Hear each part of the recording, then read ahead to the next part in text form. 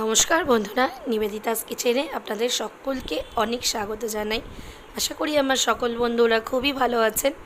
আমিও ভালো আছি বন্ধুরা। আজকে আপনাদের জন্য সিম্পল চিড়া দিয়ে একটা রেসিপি নিয়ে এসেছি। চিড়া আমাদের শরীরের জন্য খুবই হেলদি, তাই চিড়া দিয়ে আজকে সকালের ব্রেকফাস্টের জন্য একটা হেলদি রেসিপি শেয়ার করব। আমাদের বাড়ির গাছের কারি পাতা দিয়ে আর চিড়া দিয়ে চলুন বন্ধুরা আজকে চিড়ের পোলাওয়ের রেসিপিটা শেয়ার করি। একদম ফ্রেশ টাটকা টাটকা কারি পাতা তুলে এনেছিলাম গাছ থেকে, তাই প্রথমেই কারি পাতাগুলো সুন্দর করে ধুয়ে পরিষ্কার করে নিয়েছি। আর এখানে আমি নিয়ে নিয়েছি 2 বাটি চিড়া, নিয়ে একটা ঝুড়ির মধ্যে ভালো করে ঝেড়ে নিয়েছি, যাতে চিড়ার মধ্যে নিচে যে গুঁড়ো গুঁড়ো অংশ থাকে সেগুলো যেন পড়ে যায়। আর ভালো করে পরিষ্কার করে নিয়েছি। যেহেতু এটা পাতলা চিড়া ছিল সেই জন্য আমি আর ধুইনি। এটা খুব পরিষ্কার এবং ফ্রেশ প্যাকেট চিড়া ছিল।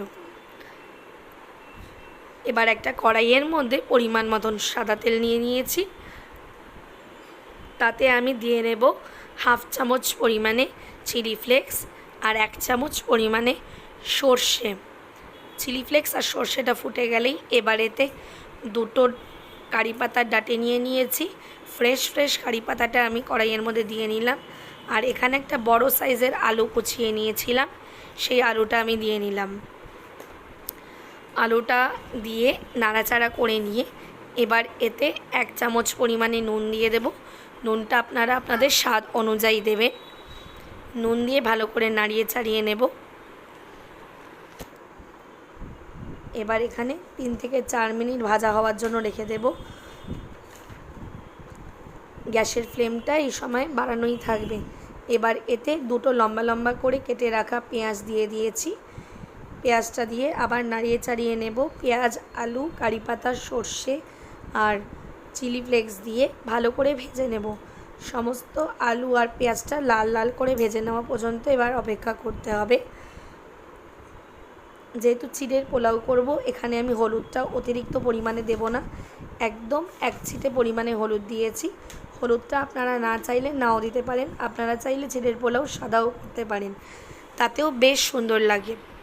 আমার একটু রঙের জন্য আমি এখানে হালকা হলুদ দিয়ে নিয়েছি।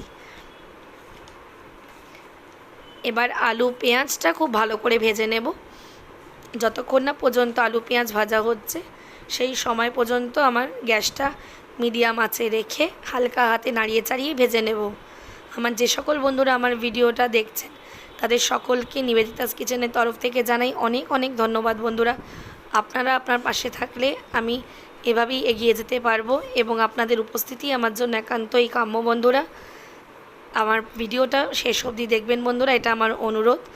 দেখে লাইক, শেয়ার ও কমেন্ট করে দেবেন এবং আপনারা আপনাদের মতামত কমেন্টে জানিয়ে যাবেন।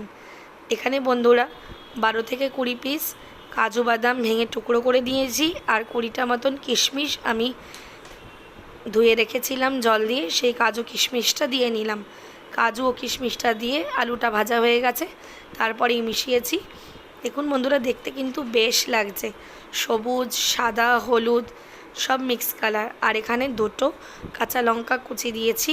2টো কাঁচা লঙ্কা চিড়ে ছোট ছোট টুকরো করে নিয়েছি আমি। লঙ্কার ঝালটা আপনারা আপনাদের পরিমাণ অনুযায়ী দেবেন, যে যেরকম ঝাল খেতে পছন্দ করেন। এবার এখানে আমি ঝেড়ে রাখা চিড়েটা দিয়ে নিলাম। চিড়েটা দিয়ে এবার আলু আর সমস্ত মশলা দিয়ে ভালো করে নাড়িয়ে চাড়িয়ে মিশিয়ে নেব। এই সময় গ্যাসের আঁচটা একদম কম রাখতে হবে, যেন পুড়ে না যায়। গ্যাসের আঁচটা কম রেখে খুব ভালো করে মিশিয়ে নেব। হালকা হাতে নাড়াচাড়া করে মিশাতে হবে। এই সময়টা খুবই ইম্পর্টেন্ট। গ্যাসের আঁচটাও কম রাখতে হবে এবং চিড়েটা যেহেতু নরম সেহেতু ধীরে ধীরে নাড়াতে হবে। নাড়িয়ে চাড়িয়ে কিছুক্ষণ মিশিয়ে নেওয়ার পরে বন্ধুরা, এরপর এখানে আমি হাতে করে নিয়ে অল্প অল্প করে জলের ছিটে দেব। জলের ছিটে দিয়ে দিয়ে আমি চিড়েটাও হালকা সিদ্ধ হয়ে যাবে। যেহেতু আলু পেঁয়াজটা আগে থেকে সিদ্ধ করা ছিল, তাতে আর কোনো অসুবিধা হবে না। আমি এখানে নাটসের পরিবর্তে কাজু বাদাম ইউজ করেছি। অনেকে শুধু নাটস যে বাদামটা হয় সেটা দেওয়া পছন্দ করেন, চিনে বাদাম, আপনারা চাইলে সেটাও দিতে পারেন। আমার ঘরে চিনে বাদামটা ছিল না বলে আমি কাজু বাদাম ব্যবহার করেছি। এবার জলের চিটা দিয়ে দিয়ে চিড়েটাও সিদ্ধ হয়ে যাবে, যেহেতু নরম চিড়ে সেহেতু সিদ্ধ হতে একদম কম সময় লাগবে। ধীরে ধীরে চিড়েটা জলের ফোঁটা দিয়ে দিয়ে সিদ্ধ করব আর হালকা হাতে হাতে নাড়িয়ে নেব।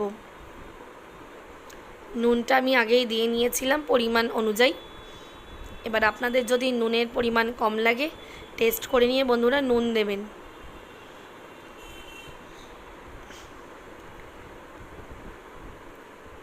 এবার আমি এখানে আরও একটু পরিমাণে জল লেগেছিলো, তাই আমি এখানে অল্প পরিমাণে জল দিয়ে নিয়েছি।